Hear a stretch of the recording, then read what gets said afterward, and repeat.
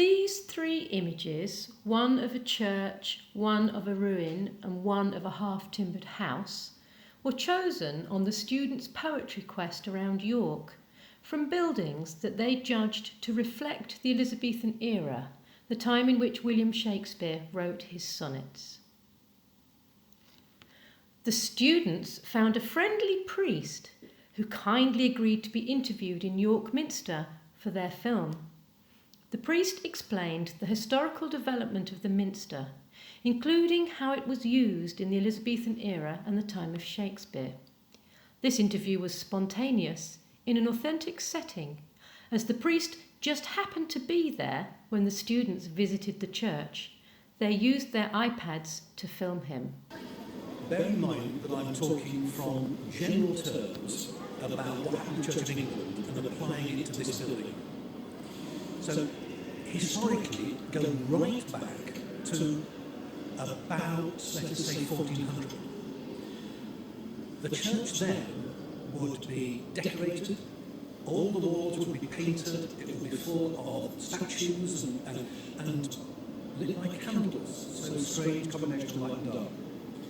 The following image, the stars, represents one of the students' responses to Sonnet 130.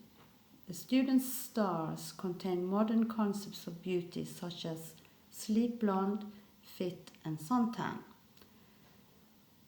There are two images of Queen Elizabeth. One on the left depicts the original ideal of Elizabethan beauty, pale skin, rich clothes and jewellery, while the other one on the right has been manipulated by the students with dark hair and suntanned skin to represent a modern ideal of beauty. Here, the students have recorded a modern version of Sonnet 130, read in an authentic leisure time setting of a coffee place, sometimes referred to as a third space, also seen in the picture of Julia and Emma. You can hear the sound of people chatting in the background.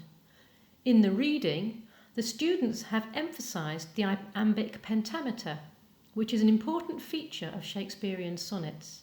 They have also added modern concepts of beauty, such as referring to sexy supermodels. My mistress' eyes are nothing like the sun. Blood is far more red, the lips are red.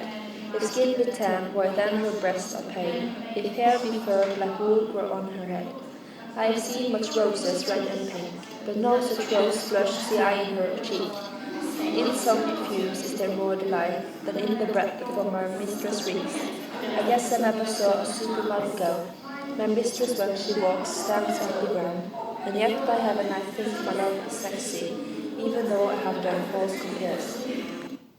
Next, the students have provided a word cloud containing a variety of modern and Elizabethan beauty concepts, which they have remixed in a new format, conforming with the ideas of e-poetry.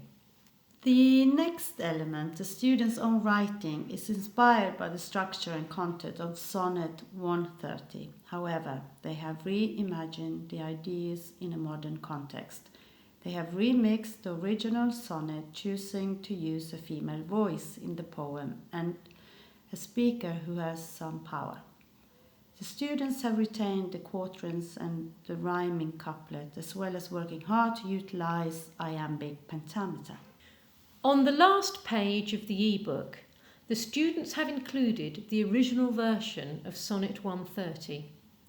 The students have decorated this with fun, touristy British images as a reflection of working on this e-poetry project in the authentic location of the UK.